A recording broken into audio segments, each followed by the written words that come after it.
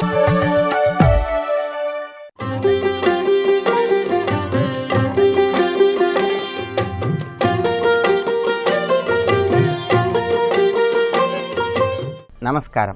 ప్రేక్షకులందరికీ శుభోదయం.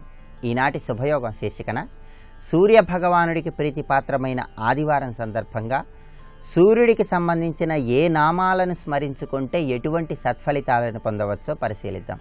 ఈరోజు సూర్య భగవానుడికి ప్రీతిపాత్రమైన ఆదివారం కనుక చక్కగా శిరస్నానాన్ని ఆచరించి సూర్యుడికి ఎదురుగా నిల్చొని సూర్యాష్టకాన్ని కానీ ఆదిత్య హృదయాన్ని కానీ పారాయణ చేయాలి.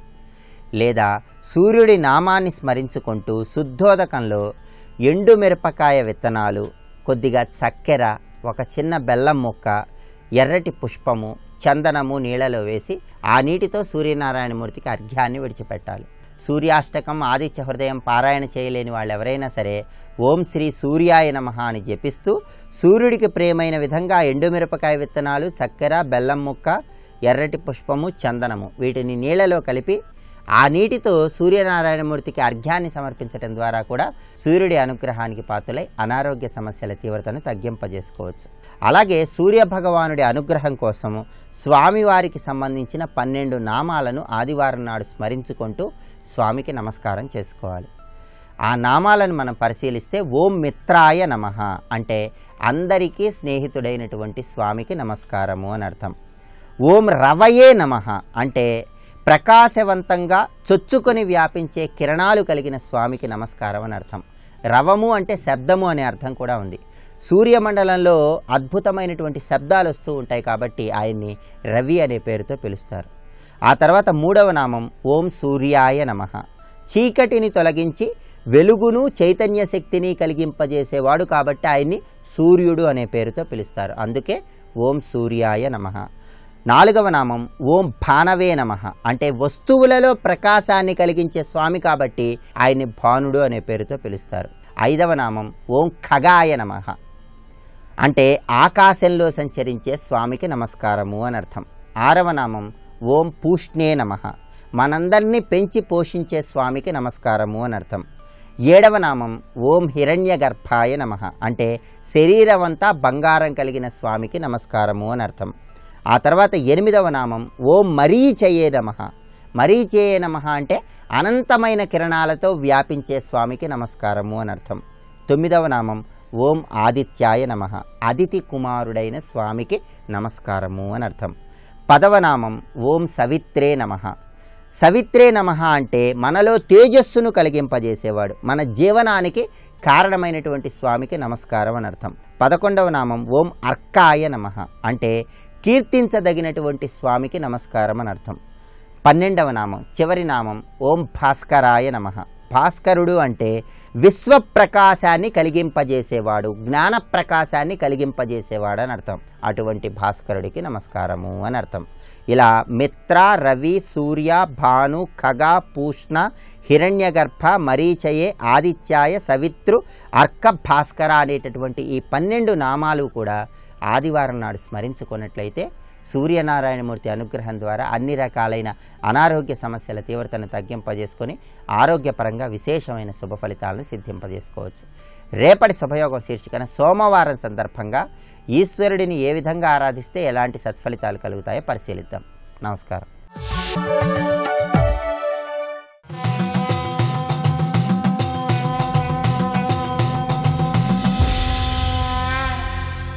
శతక సాహితీ సరస్వతికి నమస్కారం.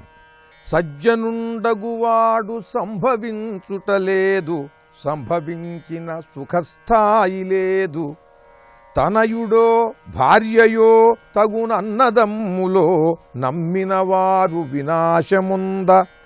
ఆరోగ్యభంగమో అప్పుల బాధలో బంధు విరోధమో పరుల గొడవో ఇంటిలో కలహమో పంట పాడగుటయో అంటిన దుర్విషయముల జబ్బో వెంటబడి తన్ను బాధింప వెతలబడుచు ఈ మహాకలియుగ సంధి నీదు నరుడు.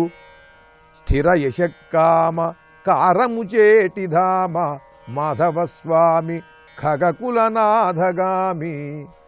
ఓ శ్రీకృష్ణ పరమాత్మ, ఈ కలియుగ లక్షణాలను గురించి ఎంత చెప్పినా కూడా ఇంకా ఇంకా మిగిలే ఉన్నాయి. ఈ దుష్ట ప్రభావం నుండి తప్పించుకోవటం ఎంత కష్టం స్వామి. సజ్జనుండగువాడు సంభవించుటలేదు. అసలు మంచివాడనేవాడు ఎక్కడా కనిపించటం లేదు. సజ్జనుండగువాడు సంభవించుటలేదు, సంభవించిన సుఖస్థాయి లేదు. ఒకవేళ మంచివాడిగా మారదామని ఎవడైనా ప్రయత్నించి నియమనిష్టలన్నీ ఏర్పరుచుకుని వాడిగా అడుగు ముందుకు వేసిన వెంటనే సుఖస్థాయి లేదు, వాడికిగా సుఖం లేదు. వాడిని నానా బాధలు పెట్టేస్తున్నారు. మంచివాడు లేడు లేడు అంటూ ఉంటారు. ఒక మంచివాడు కనిపించిన వెంటనే వాడిని చెండాడుకు తింటారు. వాడు చెప్పేది కానీ చేసేది కానీ దానికి వంకలు పెడతారు. వాణ్ణి కూడా కనీసం ఆ మంచి మార్గంలో నడవనివ్వరు. ఇదంతా కూడా ఈ కలి ప్రభావం. తనయుడో భార్యయో తగు అన్నదమ్ములో నమ్మిన వారు వినాశముంద. మన బంధువుల్లో ఆత్మీయులైనటువంటి వారు ఎవరో ఒకరు మనకి దూరం అయిపోవటం వల్ల ఆ బాధ కలుగుతున్నది. ఆరోగ్యభంగమో అప్పుల బాధలో బంధు విరోధమో పరుల గొడవో. అనవసరంగా వచ్చి పడేటువంటి గొడవలు, బంధు విరోధాలు, అప్పుల బాధలు, ఆరోగ్యం మొత్తం కూడా పాడైపోవటం, ఇంటిలో కలహమో, భార్యాబిడ్డలతో కలహాలో, పంట పాడగుటయో, చేసేటువంటి పని, తను చేసే వ్యాపారము వ్యవసాయము వాటిల్లో నష్టాలు రావటం, దాంట్లో నమ్మినటువంటి వారు మోసం చేయటం, బంధు విరోధము పరుల గొడవో, అంటిన దుర్విషయముల జబ్బో. అనవసరంగా దుర్వ్యసనాలకి లోనవ్వటం వల్ల అక్కడ నుండి సంప్రాప్తమైనటువంటి వ్యాధో, వేటితోనో ఒకదాంతో వీటన్నిట్లో బాధపడుతూనే ఉన్నాడు ప్రతివాడు. వెంటబడి తన్ను బాధింప వెతలబడుచు ఈ మహాకలియుగ సంధినీదు నరుడు. మానవుడు ఈ మహాకలియుగ సంధిలో ఈ సమయమంతా జరిగేటువంటి ఇప్పుడు ఈ తరుణంలో ఇటువంటి దుష్ట లక్షణాలన్నీ కూడా పట్టి పీడిస్తుంటాయి గనక మానవుల్ని నానా బాధలు పడుతూ ఉంటాడు. ఆ బాధలు అన్నీ కూడా ఈ విధంగా ఉంటాయి. వీటిల్లో కొన్ని ఉండొచ్చు, ఒకటి ఉండొచ్చు, అన్నీ కూడా ఉండొచ్చు ఒకటికి. వాడి ప్రారబ్ధాన్ని బట్టి ఈ కలియుగ ప్రభావం మరింతగా వాడి మీద విజృంభిస్తుంది. సన్మార్గంలో ఉండి ధర్మాన్ని గనక ఆశ్రయించుకోకపోయినట్లయితే ఈ బాధలు అన్నీ కూడా వచ్చి చేరే అవకాశం ఉంది. కనుక మనం ధర్మాన్ని ఆశ్రయించినట్లయితే ఆ ధర్మ తేజం ముందు ఈ కలియుగ ప్రభావం వెలవెలపోతుంది, దూరమైపోతుంది. మనకి ప్రశాంతి ఆనందము కలుగుతుంది, జీవితం హాయిగా సాగుతుంది అని తెలియజేస్తూ ధర్మ మార్గంలో ఉండండి, కలియుగ ప్రభావానికి లోను కాకండి అని తెలియజేస్తూ చక్కని పద్యరచన చేసి గొప్ప శతకాన్ని మనకు అందించిన శతావధానులు భక్తవరేణ్యులు శ్రీ కార్యంపూడి రాజమన్నారు గారి మాధవస్వామి శతకంలోని మరి ఒక పద్యం గురించి రేపు ఉదయం తెలుసుకుందాం. ఓం నమో నారాయణాయ.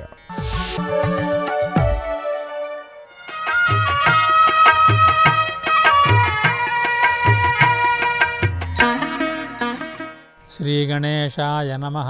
శ్రీసరస్వత్యై నమః. శ్రీపాదవల్లభ నరసింహ సరస్వతి. శ్రీగురుదత్తాత్రేయాయ నమః. శ్రీగణపతి సచ్చిదానంద సద్గురు పాదారవిందాభ్యాం నమో నమః. జయ గురుదత్త. ద్వావేవ న విరాజేతే విపరీతేన కర్మణా గృహస్థశ్చ నిరారంభః కార్యవాంశ్చైవ భిక్షుకః. విదురుడు ధృతరాష్ట్ర మహారాజుకి నీతిబోధ కొనసాగిస్తున్నాడు. ఆయన ఏమంటున్నాడంటే, రాజా, తెల్లకిందులు పనులు చేసేవాళ్ళు ఇద్దరు ఉన్నారు. వాళ్ళు ఎప్పటికీ రాణించరు. ఎవరా ఇద్దరు అంటే, గృహస్థుడై ఉండి ప్రయత్నరహితంగా ఉండేవాడు, సన్యాసి అయి ఉండి నిత్యము ప్రయత్నాలు చేస్తూ ఉండేవాడు. గృహస్థశ్చ నిరారంభ, గృహస్థుడై ఉండి ఏ రకమైన ప్రయత్నాలు లేకుండా స్తబ్దుగా పడి ఉండటం, ఇదొక పద్ధతి. పిల్లలు పుట్టాక వైరాగ్యం ఉంటారు కొంతమంది. వైరాగ్యం అని బాధ్యతలు తప్పించుకొని ఆ ఊరు ఈ ఊరు తిరుగుతూ ఉంటారు. ఇది బాధ్యత రాహిత్యం తప్పితే వైరాగ్యం కాదు. ఇప్పటిదాకా ఎందుకు చూస్తూ కూర్చున్నావు? వైరాగ్యం ఏదో చిన్నప్పుడే వచ్చి ఉంటే అది బాగుండేది.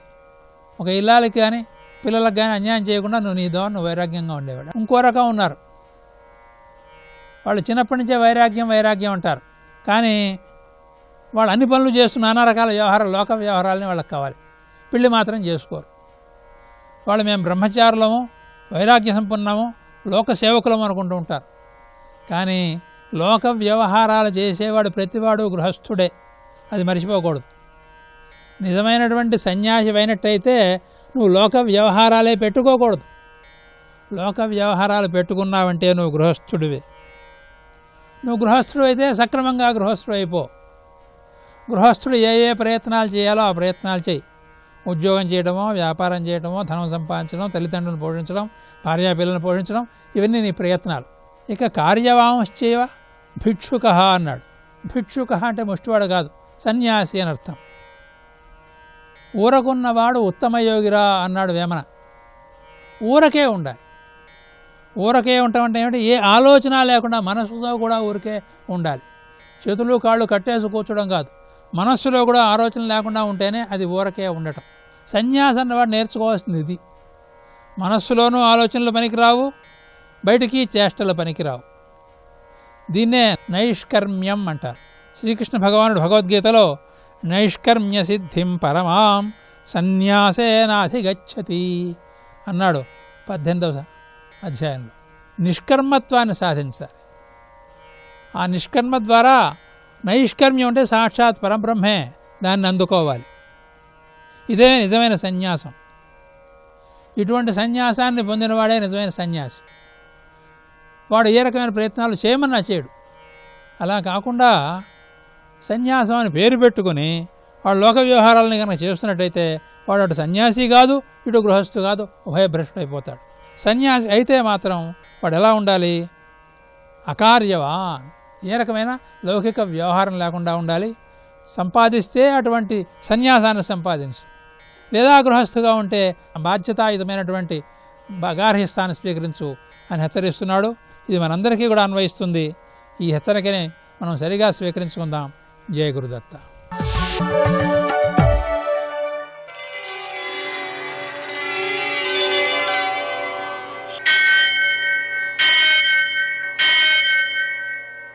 సహస్రశీరుషం దేవం విశ్వాక్షం విశ్వశంభువం విశ్వం నారాయణం దేవమక్షరం పరమం పదం విశ్వతః పరమాం నిత్యం విశ్వన్నారాయణగుం హరిం విశ్వమేవేదం పురుషస్తద్విశ్వముపజీవతి పతిం విశ్వస్యాత్మేశ్వరగుం శాశ్వతగుం శివమచ్యుతం నారాయణం మహాజ్ఞేయం విశ్వాత్మానం పరాయణం.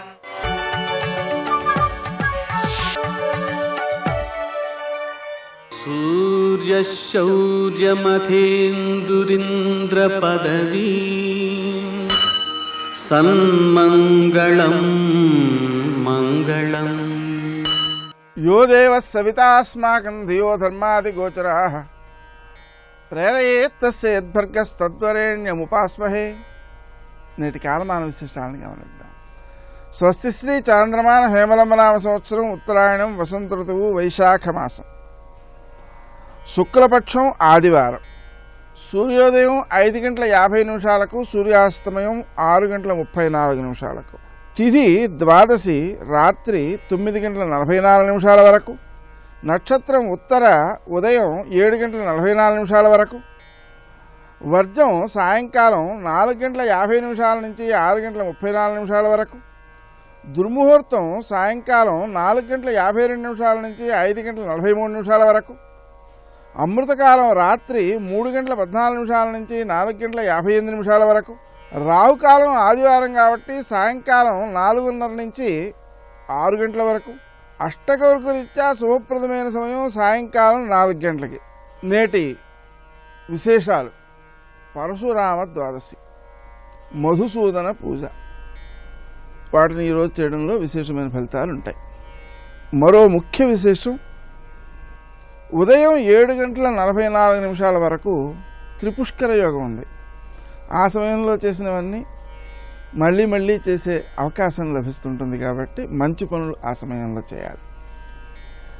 ఇంకా ముఖ్యమైన విశేషం వైశాఖ శుక్ల ద్వాదశి హస్తా నక్షత్రం. ఈ మూడిటి యొక్క సమ్మేళనంలో ఒక యోగం సిద్ధిస్తోంది, ప్రత్యేకమైన యోగం. ఆ యోగం యొక్క ప్రభావం వలన ఈరోజు చేసేటువంటి స్నానము, దానము, ఉపవాసము, భగవత్ స్మరణ ఇవి చాలా చాలా ఉత్తమ ఫలితాలను అందజేస్తాయి. అంటే ఒకసారి చేసినటువంటి మంచి పని 10 సార్లు 100 సార్లు అలా ఎక్కువ సార్లు చేసినటువంటి ఫలితంగా తిరిగి రావడానికి ఇటువంటి యోగాలు ఉపకరిస్తాయి. అయితే నిన్నటి రోజు ఏకాదశి కాబట్టి ఏకాదశి ప్రయుక్తంగా మనం ఉపవాసం చేయడం జరుగుతుంది. ఈరోజు ద్వాదశి, హస్త వీటన్నిటి యొక్క సమ్మేళనంలో ఏర్పడిన యోగంలో కూడా ఉపవాసం ఉంది. మరి ఎలా అంటే మొదటి రోజు ఏకాదశి ఉపవాసానికి సంబంధించినటువంటి దీక్ష విరమించడం కోసం తులసి తీర్థాన్ని పారణ అనేటువంటి భావనతో కనుక స్వీకరించినట్లయితే నిన్నటి ఉపవాసం సంబంధించిన పారణ పూర్తయిపోతుంది. తరువాత ఈ ద్వాదశి ప్రయుక్తంగా ఉండేటువంటి ఉపవాసం చేసినట్లయితే ఉత్తమ ఫలితం సిద్ధిస్తుంది. నేటి ఆణిముత్యాలు.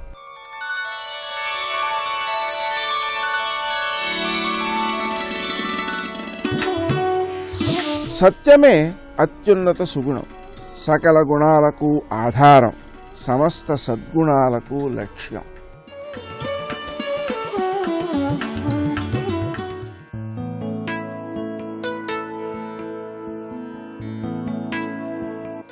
ఐహికమైన ఆశలకి అతీతంగా ఆలోచన చిగురించగలిగితే జీవన్ముక్తికి మార్గం సుగమం అవుతుంది.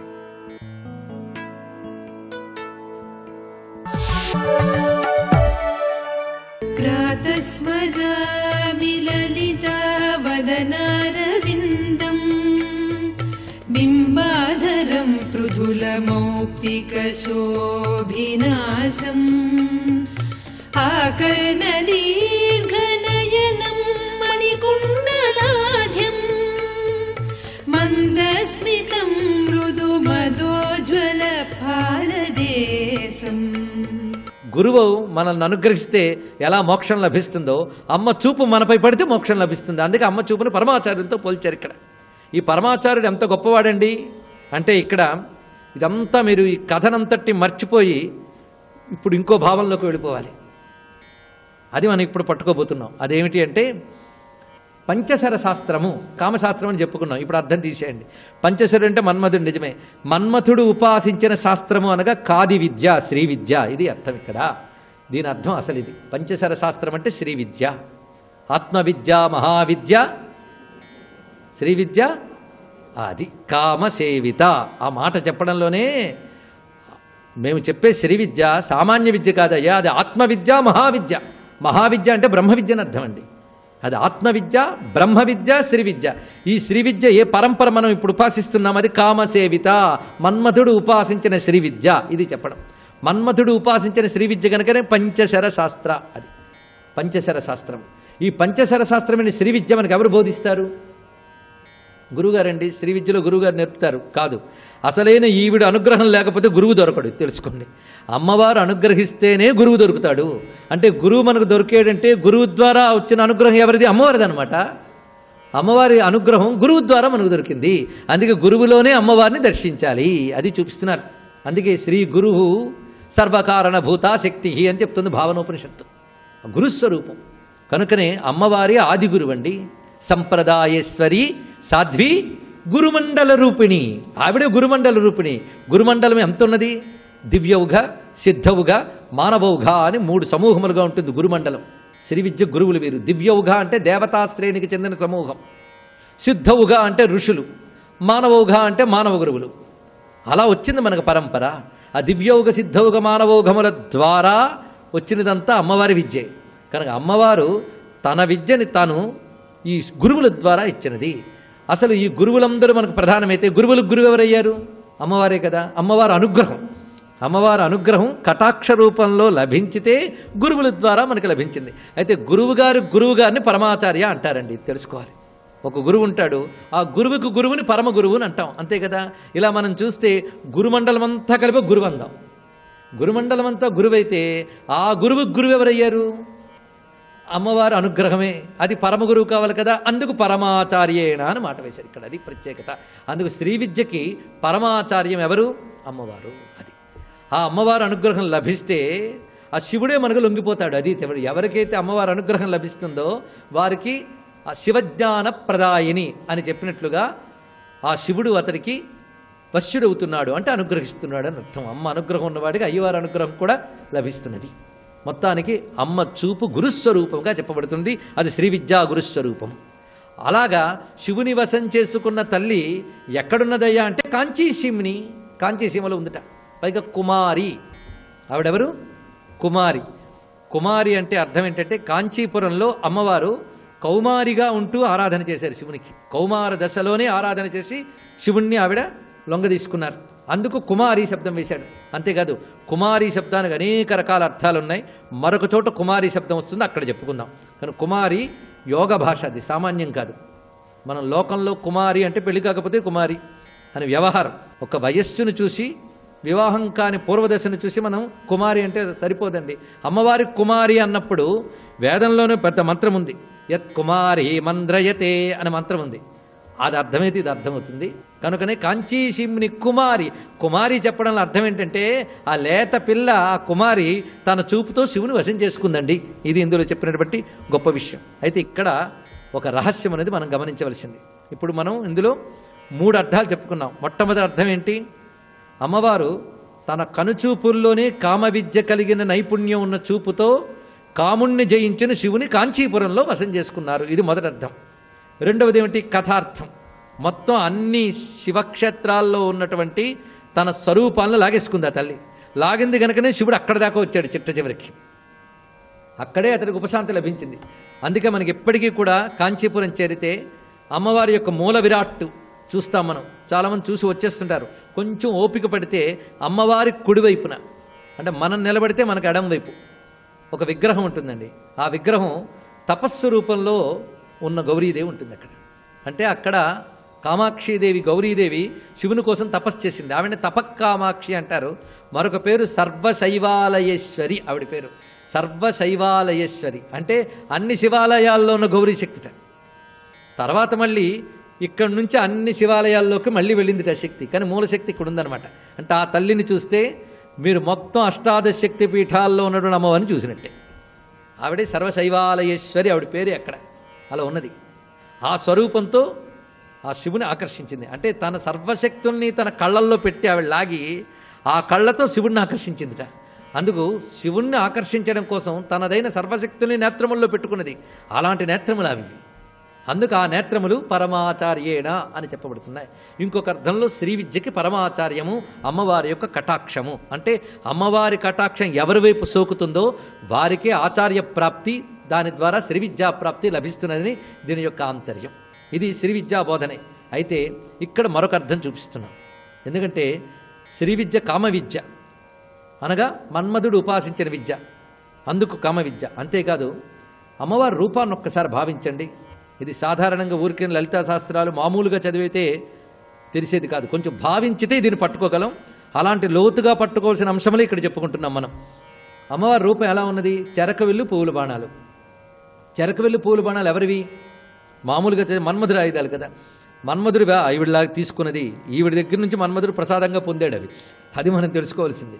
ఒరే, నువ్వు ప్రపంచాన్నంతటి మోహింపజేసే పని నీకు ఇస్తున్నాను, శక్తి నీకు లేదు మోహింపజేసే శక్తి, అది నేను ఇస్తున్నాన్ని ఆవిడిస్తే అని ప్రపంచమంతా ఈ విధమైన జయించగలుగుతున్నట్ట. జగదిద మనంగో విజయతే అని శంకరుడు సౌందర్యలహరిలో ఈ భావాన్ని మనకు ఆవిష్కరించారు. మొత్తానికి చూస్తే మనం ఉపాసిస్తున్నది ఎవరిని? కామపురుషార్థము యొక్క దేవత ఆవిడ. అందుకే కామాక్షి, కామేశ్వరి, కామపురుషార్థం అక్కడ చెప్పబడుతుంది. ఏ కామము? ధర్మార్థముల తర్వాత ఉన్నది, మోక్షానికి గడపగా ఉన్నది. ధర్మార్థాలకి అటు మోక్షానికి గడపలా ఉన్న కామము, అది అక్కడ ఉపాసిస్తున్నది. ఇది లోతుగా పట్టుకోగలిగేవారు ఆనందించగలరు. కానీ ఎటువంటి కామము?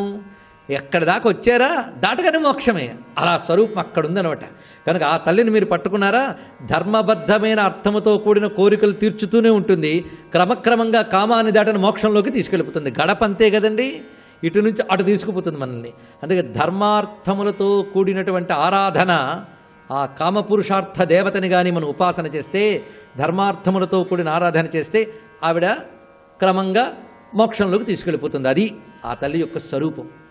ఈ విషయం ఇంత రహస్యం ఎక్కడుందో తెలుసా?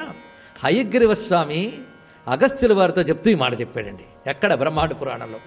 అది అర్థమైతే పంచసార శాస్త్ర బోధన అర్థమవుతుంది. అందుకే మూక పంచశతి ఒక శ్లోకం పట్టుకుంటే అనేక శాస్త్రముల పరిజ్ఞానం ఉంటే కానీ చెప్పలేం మనం. ఇక్కడ బ్రహ్మాండ పురాణంలో అమ్మవారి చరిత్రని హయగ్రీవ స్వామి అగస్త్యుల వారితో చెప్తూ ఒక ధ్యాన శ్లోకం చేస్తాడు. ఆ ధ్యాన శ్లోకం లలితోపాఖ్యానానికి ఉంటుంది. ఇంకా లలితా సంబంధమైన ఇతర రహస్య విద్యలన్నీ చెప్తాడు. ఎవరు? హయగ్రీవ స్వామి వారు. స్వస్తి. అదివో అల్లదివో శ్రీహరివాసము, 10,000 శేషుల పడగలమయము. అదివో అల్లదివో శ్రీహరివాసము. మనందరం పరమేశ్వరుని యందు భక్తితో చేసేదేదో అది శవం సంసారము నుండి పైకెత్తుతుంది. ఓ శవం అది ఉత్కృష్టమైన యజ్ఞము. అది వెంకటేశ్వరానుగ్రహం చేత గొప్ప అనుగ్రహాన్ని వర్షిస్తుంది.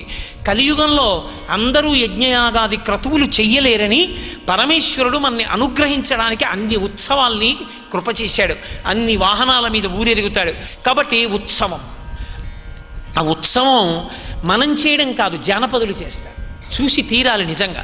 అందుకని మహానుభావుడు అమ్మకిచ్చిన మాట నిలబెట్టుకోవడానికి, వకుళమాతని తల్లిగా స్వీకరించడానికి, పద్మావతి పరిణయం చేసుకోవడానికి, మనని అనుగ్రహించడానికి, ఇన్ని కారణాలకి ఎవరూ ప్రార్థించకపోయినా ఇన్ని కష్టాలు పడి భూలోకంలో వెలిసి ఇంతమందిని ఉద్ధరిస్తున్న అఖిలాండకోటి బ్రహ్మాండ నాయకుడైన శ్రీ వెంకటేశ్వరుని కన్నా గొప్ప అవతారం ఎక్కడుంటుంది? అందుకే మహానుభావ, వెంకటాద్రి సంస్థానం బ్రహ్మాండే నాస్తి కించన, వెంకటేశ సమోదేవో నభూతో నభవిష్యతి. వెంకటేశ్వరునితో సమానమైన అవతారము ఇతపూర్వము లేదు, ఇక ముందు ఉండదు. వెంకటాద్రి సంస్థానం బ్రహ్మాండే నాస్తి కించన. వెంకటాద్రి, అద్రి అంటే పర్వతం, వెంకటాద్రి అంటే వెంకటాచల పర్వతము లేదా వెంకటాచలము. అచలము అన్నా పర్వతమే కదా. ఈ పర్వతంతో సమానమైనటువంటి ప్రదేశము బ్రహ్మాండమునందు వేరొకటి లేదు. ఏ కారణం చేత లేదు? లేదు అంటే అంత ఎత్తైంది లేదనా, అంత బరువైంది లేదనా, అంత వెడల్పైంది లేదనా, అన్ని ఓషధులతో కూడుకున్నది లేదనా? ఏ కారణానికి లేదు అంటే ఆధ్యాత్మికమైన కోణాన్ని ఆవిష్కరిస్తూ తీసుకొచ్చినటువంటి విశేషం కనుక ఆ కొండకి ఉన్నటువంటి శక్తి మనిషిని ఊర్ధ్వముఖ చలనం చేయించడంలో ఎలా ఉపయోగపడుతుంది అన్నదాన్నే ఆ శ్లోకంలో ఆవిష్కరిస్తున్నారు.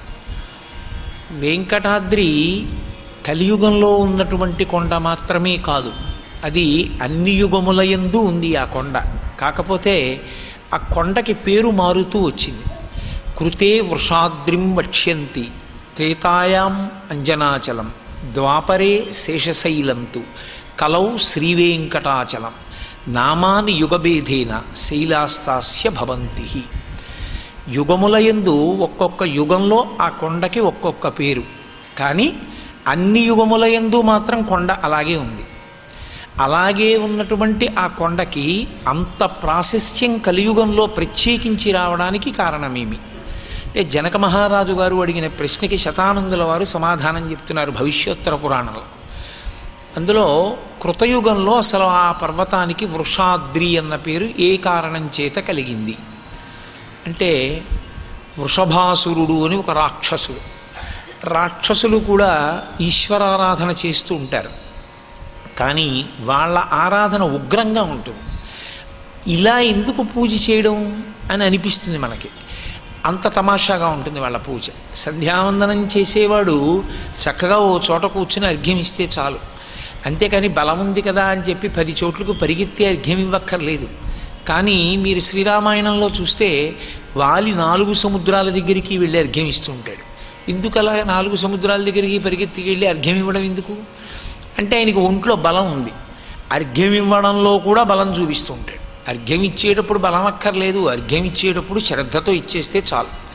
అర్ఘ్యం ఇచ్చేవాడు ఎలా ఇవ్వాలి అని అడిగారు. దానికి వ్యాఖ్యానం ఉంది, సంధ్యావందన మంత్రములకు వ్యాఖ్యానం. బ్రహ్మాస్త్ర ప్రయోగం చేసేటటువంటి వాడు ఎంత శ్రద్ధాళువై బ్రహ్మాస్త్రాన్ని బాణం మీదకి అభిమంత్రిస్తాడో, చేతిలోకి తీసుకున్నటువంటి అర్ఘ్యజలాల్ని విడిచిపెట్టేటప్పుడు అంత శ్రద్ధాళువై గాయత్రీ మంత్ర సహితంగా విడిచిపెట్టాలి. సంధ్యావందనాన్ని కానీ ఖచ్చితంగా చేయగలిగిన వ్యక్తి ఇంట్లో ఉంటే ఆ వ్యక్తి సంధ్యావందన జలాల్ని విడిచిపెట్టేటప్పుడు ఎంత ఏకాగ్రతతో విడిచిపెడతాడో దాని చేత ఆయన యొక్క దృష్టి వలన, ఆయన యొక్క దృష్టి కేంద్రీకరణ శక్తి వలన బ్రహ్మాస్త్రం ఎంత శక్తివంతంగా పనిచేస్తుందో సంధ్యావందనాన్ని అలా చేయగలిగిన వ్యక్తి ఉంటే, అంత శ్రద్ధగా కానీ చేయగలిగితే అంత శక్తిని అది విస్ఫోటనం చేస్తుంది. ఎవరు సంధ్యావందనం చేస్తాడో ఆయనని మించినటువంటి శౌచమున్నవాడు వేరొకడు ఉండడు. అందుకే మీరు ఒక విషయాన్ని గమనించండి, సనాతన ధర్మమునందు అన్ని ధర్మమునకు కట్టుబడి ఉంటాయి. ఆఖరికి యుద్ధం చేసినా కూడా ధర్మం కోసమే, యుద్ధం చేసినా కూడా ధార్మికంగానే. మధ్యాహ్నం 12 గంటలు అయ్యేటప్పటికీ కురుక్షేత్ర సంగ్రామంలో భీష్మాచార్యుల వారు రథం మించి కిందకి దిగేవాడు. జలపాత్ర పక్కన లేకపోతే యుద్ధభూమిలో ఉన్న మట్టిని దోసిటితో తీసుకుని అర్ఘ్యం ఇచ్చేవాడు. మట్టితోనైనా అర్ఘ్యం ఇచ్చాడు, కానీ నీరు పక్కన లేదు కదా అని చెప్పి అర్ఘ్యం ఇవ్వడం మాత్రం ఆయన మానలేదు. సూర్యాస్తమయం అయ్యేసరికి యుద్ధాన్ని ఆప్చేసేసేవారు.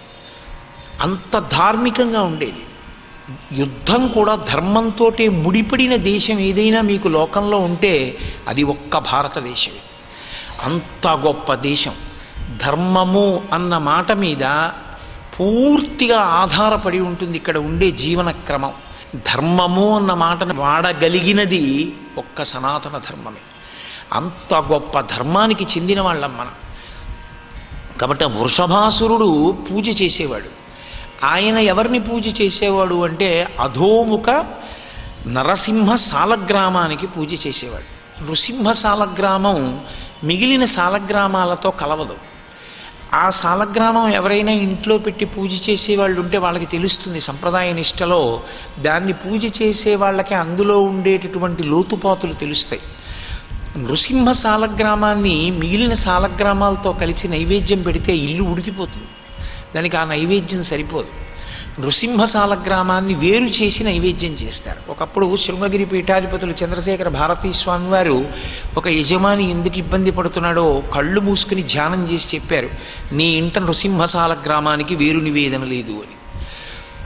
ఆయన అటువంటి అధోముఖ సాలగ్రామానికి పూజ చేస్తాడు. ఒక రాక్షసుడు వృషభాసురుడు ప్రతిరోజు తుంబురు తీర్థంలో స్నానం చేస్తాడు. తుంబురు తీర్థం వెంకటాచలంలో చాలా ప్రఖ్యాతమైనటువంటి తీర్థం. మీరు కొన్ని మాటలు జాగ్రత్తగా పరిశీలించాలి. నేను యాత్రకి వెళ్ళొచ్చానండి అనరు, నేను తీర్థయాత్ర చేసి వచ్చానండి అంటారు. తీర్థయాత్ర అన్న మాట వాడతారు. తీర్థయాత్ర అన్న మాటకి ఏమిటి అర్థం? ఈశ్వర దర్శనమా, మజ్జనమా?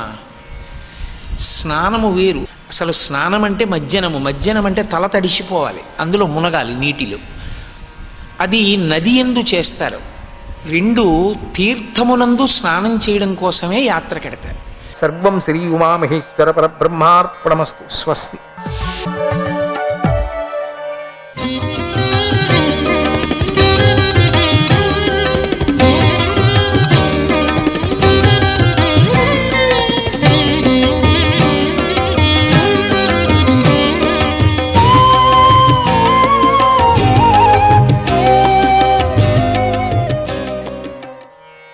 నారాయణ నారాయణ.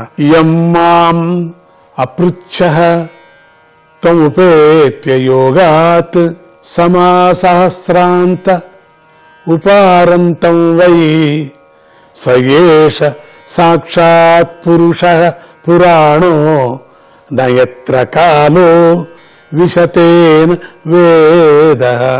పూర్వం నేను 1000 సంవత్సరాలు తర్వాత ధ్యానం నుండి బయటకు రాగా నువ్వు నా దగ్గరకు వచ్చి మీరు ఎవరిని ధ్యానిస్తున్నారు అని అడిగావు. ఓ పార్వతి, అది నీకు గుర్తుందా? నేను ధ్యానించే ఆ పరబ్రహ్మ సాక్షాత్తు శ్రీహరే. శ్రీహరిని కాలం కొలవలేదు. ఆయనను వేదాలు కూడా పూర్తిగా వర్ణించలేవు అన్నాడు శివుడు. నాయన పరీక్షిత్ రాజా, శ్రీహరి యొక్క పరాక్రమాన్ని నీకు వర్ణించి చెప్పాను కదా. ఆయన సముద్ర మథన సమయంలో కూర్మ రూపంతో పెద్ద పర్వతాన్ని తన వీపుపై మోశాడు. ఈ ఘట్టాన్ని మళ్లీ మళ్లీ కీర్తించేవాడు, ప్రవచనం చేసేవాడు, విన్నవాడు చేపట్టిన పనులన్నీ నెరవేరుతాయి. ఎందుకంటే పవిత్రమైన కీర్తిగల శ్రీహరి యొక్క గుణాలను శాస్త్రం చెప్పిన విధంగా వర్ణిస్తే సంసారంలోని అన్ని శ్రమలు దూరమైపోతాయి. అసద విషయమంఘ్రిం భావగమ్యం ప్రపన్నాన్ అమృత మమర వర్యాన్ ఆశయత్ సింధు మధ్యం కపట యువతి వేషో మోహయన్ యస్సురారీన్ తమః ముపసృతానాం కామపూరం నతోస్మి. తనను శరణు వేడిన దేవతల కోసం కపటమైన యువతి వేషాన్ని ధరించి దేవశత్రువులైన రాక్షసులను మోహింపజేసి శ్రేష్ఠులైన దేవతలకు సముద్ర మథనం వల్ల పుట్టిన అమృతాన్ని పంచిపెట్టాడు. దుష్టులైనటువంటి మహిమను తెలుసుకోలేరు కదా, భక్తులు మాత్రమే ఆయనను తెలుసుకోగలుగుతారు. ఆయనను ఆశ్రయించిన భక్తులకు ఆయన కోరికలు తీరుస్తాడు. అటువంటి శ్రీహరిని దేవతలే శరణు వేడారు. ఆయనకు నేను నమస్కరిస్తున్నాను అని సుఖయోగి మోహిని అవతారాన్ని వర్ణించే అష్టమ స్కంధంలోని 12వ అధ్యాయాన్ని ముగించాడు. 13వ అధ్యాయం ఇందులో రాబోయే మన్వంతరాల గురించి వర్ణించబడింది. శ్రీ సుఖమహర్షి ఇలా చెప్పసాగాడు.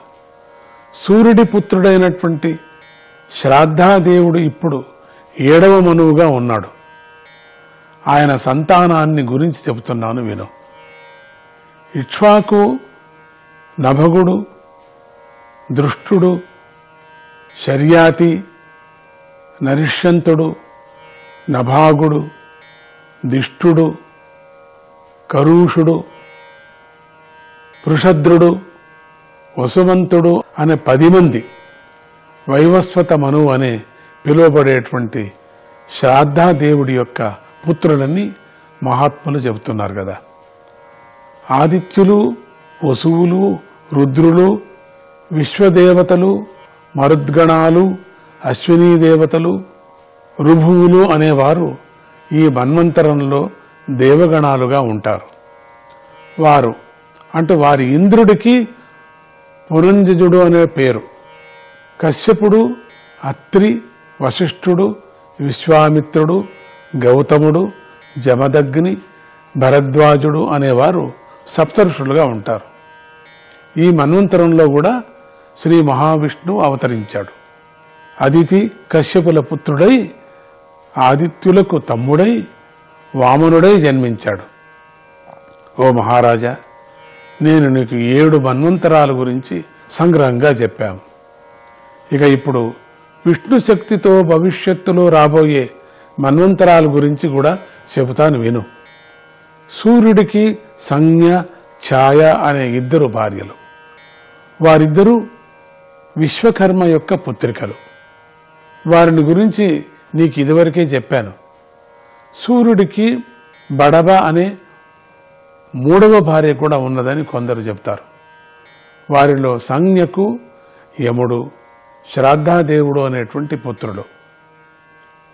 యమున అనేటువంటి పుత్రికి కూడా కలిగారు. ఛాయ యొక్క పుత్రులలో సావరణి పెద్ద కొడుకు, తపతి ఆమె కుమార్తె, శనైశ్వరుడు ఛాయాదేవికి 3వ సంతానము. తపతి సవర్ణుడిని వివాహం ఆడింది. అశ్వినీ దేవతలు బడబకు పుత్రులే జన్మించారు. 8వ మన్వంతరంలో సావరణి మనువు అవుతాడు. నిర్మోకుడు, విరజస్కుడు, అర్వవీరుడు మొదలైన వారు సావరుని యొక్క పుత్రులవుతారు. ఆ మన్వంతరంలో సుతపసులు, విరజులు, అమృత ప్రభలు అనేటువంటి గణములు కూడా దేవతలుగా ఉంటారు. వారికి విరోచన పుత్రుడైన బలి ఇంద్రుడవుతాడు. 3 అడుగులను యాచించే విష్ణువు ఆ బలి భూదానం చేసి తనకు లభించిన ఇంద్ర పదవిని విడిచిపెట్టి మోక్షాన్ని పొందుతాడు. ఒకప్పుడు శ్రీహరి బలిని బంధించాడు. కానీ అతడిపై ప్రసన్నుడైన శ్రీహరి అతడిని స్వర్గానికంటే గొప్పదైనటువంటి సుతలంలో ఉంచాడు. అతడు ఇప్పటికీ అక్కడే ఇంద్రుడిలాగా ఉన్నాడు.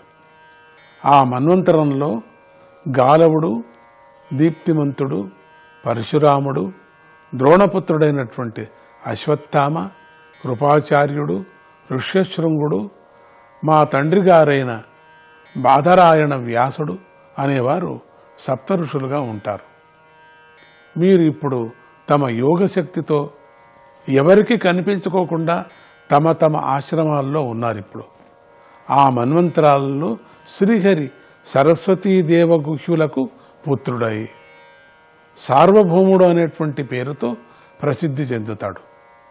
ఆయన పురంధజుడు అనేటువంటి ఇంద్రుడు నుండి స్వర్గ పదవిని లాక్కొని బలి చక్రవర్తికి ఇస్తాడు. వరుణపుత్రుడైనటువంటి దక్ష సావరణి 9వ మనువు అవుతాడు. భూతకేతువు, దీప్తికేతువు, పంచహోత్రుడు మొదలైన వారు ఆయనకు పుత్రులవుతారు. ఆ మన్వంతరంలో పారులు, మరీచి గర్భులు, సుధర్ములు మొదలైన వారు దేవతలు కాగా అద్భుతుడనేవాడు ఇంద్రుడవుతాడు. ద్యుతిమంతుడు, మేధా, తిథి మొదలైన వారు సప్తఋషులవుతారు. శ్రీహరి, అంబుధార, ఆయుష్మంతులకు ఆ ఋషభుడు అనేటువంటి పేరు పుత్రులై అవతరిస్తాడు. ఆ మహానుభావుడు ఆయన ముల్లోకాలను స్వాధీనం చేసుకోగా అద్భుతుడు ఇంద్రుడై వాటిని అనుభవిస్తాడు కూడా వృషభుడు. ఉపశ్లోకుడి పుత్రుడు మహాత్ముడైనటువంటి బ్రహ్మసావరుని 10వ మనువు అవుతాడు. భూరిశేషణుడు, సుక్షేత్రుడు మొదలైన వారు ఆయన పుత్రులు. హవిష్మంతుడు, సుకృతి, సత్యుడు, జయుడు, మూర్తి మొదలైన వారు సప్తఋషులవుతారు. సువాసనులు, విరుద్ధులు, సుఖులు మొదలైన వారు దేవతలవుతారు. శంభుడు దేవేంద్రుడవుతాడు. శ్రీహరి, విషూచి అనే దంపతులకు విశ్వక్సేనుడు అనే పేరుతో జన్మించి శంభుడనే ఇంద్రుడితో స్నేహం చేస్తాడు. జితేంద్రుడైన ధర్మసావరుని 11వ మనువు అవుతాడు. ఆయనకు సత్యధర్ముడు, క్షేమధ్వన్ముడు మొదలైన 10 మంది పుత్రులు కలుగుతారు.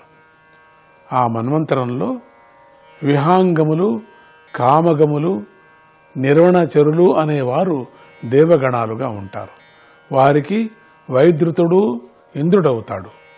అరుణుడు, హవిష్మంతుడు మొదలైన వారు సప్తఋషులవుతారు.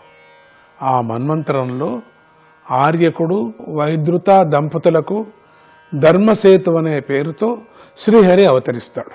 ఆయన ముల్లోకాలను కాపాడుతాడు. నారాయణ నారాయణ శ్రీహరి.